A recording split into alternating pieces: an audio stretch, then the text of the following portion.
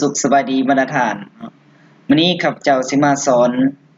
เบิ่งว่า Facebook ของเราเนาะมีคนแฮ็กเข้าไปใช้งานได้แล้วหรือบ่เนาะถึงเราจะมากดสอบว่าบางคนใช้ Facebook อยู่เนาะจะเห็นบทความหรือรูปภาพต่างๆที่โพสต์เอาลง Facebook ของเราโดยที่เราบ่แม่นเป็นคนโพสต์ซึ่งนั้นแสดงว่ามีคนแฮ็กเข้าไปใส่ Facebook ของเราได้แล้ว ซึ่งรายละเอียดต่อไปเขาเชิญติดตามรับชมได้แล้วอื่นเราเข้าไปที่ Google Chrome เนาะแล้วเข้าไปที่ Facebook ของเรา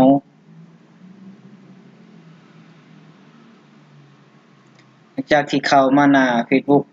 ของเราแล้ว ให้ท่านคลิกเข้าที่ 3J นี้เนาะ3J นี่เนาะคลิกเข้าไปแล้วเข้าไปที่การตั้งค่าหรือ setting การตั้งค่าเมื่อคลิกเข้ามาหน้านี้แล้วให้เลือกที่ security and login เนาะก็คือความปลอดภัยในการเข้าระบบคลิกเข้าไป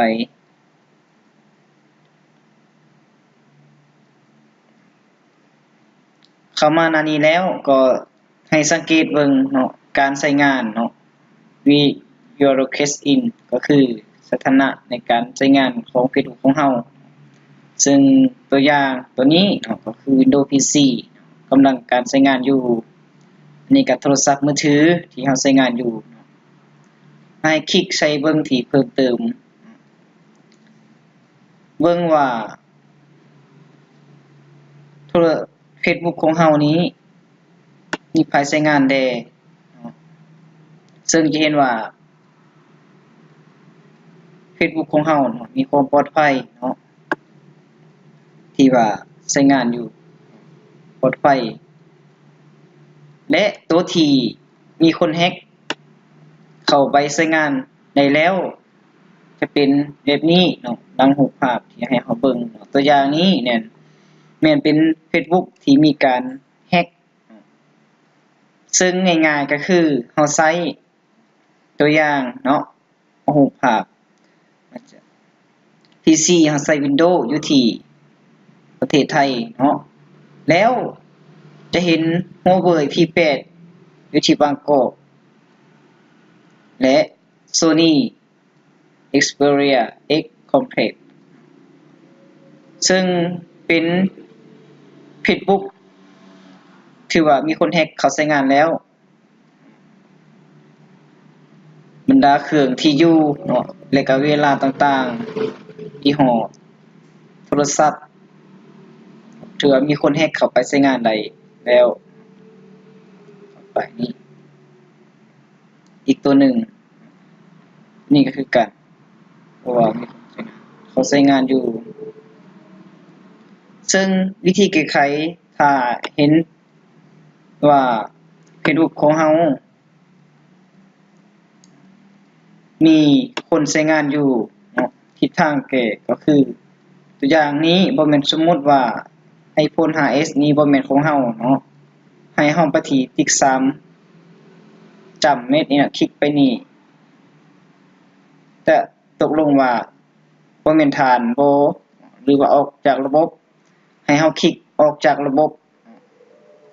คลิกออกจากระบบเพื่อให้ออกจากการใช้งานและต่อมาที่2ความปลอดภัยวิธีแก้ไขเนาะวิธีแก้ไขก็คือให้เข้าไปที่เดินลงมาหา setting up security ให้เข้าไปที่สอบหาการแจ้งเตือนการเข้า login ให้ไปที่แก้ไขเนาะให้มาตรฐานเนาะติ๊กเอาการแจ้งเตือนเนาะตัวอย่างเนาะตอนถ้าเฮาบ่ทันได้มาติ๊กอันจะอยู่จังซี่เนาะให้ทุกท่านเนาะติ๊กเอาการแจ้งเตือนทาง Facebook ทาง Messenger แล้วก็ทางเบอร์โทรศัพท์ พื่อว่ากรณีที่มีคนพยายามแฮ็กเข้าไปเนาะมันจะมีการแจ้งเตือนไปทาง Facebook Messenger ของเราก็เบอร์โทรนำอีกเนาะอันนี้เป็นวิธีแก้ไขที่1อันที่2ก็คือให้มาตรฐานเปลี่ยนพาสเวิร์ดเนาะมีการแก้ไขเนาะจะมีการเปลี่ยนพาสเวิร์ดใหม่เปลี่ยนพาสเวิร์ดตัวปัจจุบันที่เราใช้งานอยู่แล้วก็พาสเวิร์ดใหม่ก็ยืนยันพาสเวิร์ดวิธีแก้ไขที่2แล้ววิธีที่3ก็คือแอปแล้วก็เว็บไซต์ที่ท่านใช้งานอยู่ที่มีแอปเพลงเอาข้อมูลลักเอาข้อมูลบรรดาเพจต่างๆเนาะให้เข้าไปที่สังเกตแอปเว็บไซต์ให้คลิกเข้าไปสังเกตเบิ่งที่ว่าจะมีแอปหลายแอปที่เราใช้งานอยู่ตัวอย่างมาตรฐานก็คือสิมีหลายอันหลายอย่างอยู่เนาะใน Facebook โฆษณาบ่หยังต่างๆเนาะเว็บไซต์นี่ตัวอย่างเป็นเมนโฆษณาหรือว่าเป็นที่ทาง Facebook เขาเจ้าเอาลงแล้วเฮากดติดตามเนาะหรือว่ากดดินเขาเจ้าเนาะตัวอย่างเบิ่งดูดวงบ่หยังต่างๆเอาลงกดเข้าไปเปิดใช้งานอยู่เนาะให้เฮาจิกเอานี่จิกเอากล่องสี่เหลี่ยมนี้แล้วลึกออกคลิกเข้าไปลึกออกท่านจะได้ลบรูปแล้วก็วิดีโออยู่ใน Facebook แล้วตกลงลึกออกหรือบ่เนาะต้องลึกออกลบออกแล้วกดโอเคไปเพียงเท่านี้เว็บ Facebook ของท่านก็จะมีความปลอดภัยในการใช้งานตามปกติให้ทุกท่านเนาะสังเกตเบิ่งเนาะมักพยายามสังเกตเบิ่งว่า Facebook ของเฮาเนาะมีคนพยายามเข้าแล้วหรือบ่ก็คือที่บอกมาเนาะถ้าว่ามีเห็นสิ่งแปลกปลอมเนาะหรือว่าโทรศัพท์อื่นเข้าอยู่ให้เฮาล็อกเอาต์ออกก่อนเนาะแล้วไปเปลี่ยนพาสเวิร์ดใหม่ก็คือ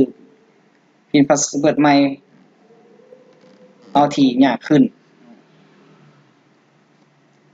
เพื่อบ่ให้เขาเจ้ามากบกวนหรือว่าแฮ็ก Facebook ของเราไปนำใช้ได้โดยที่เราบ่รู้ตัวโอเคมาฮอดนี้นะข้าพเจ้าก็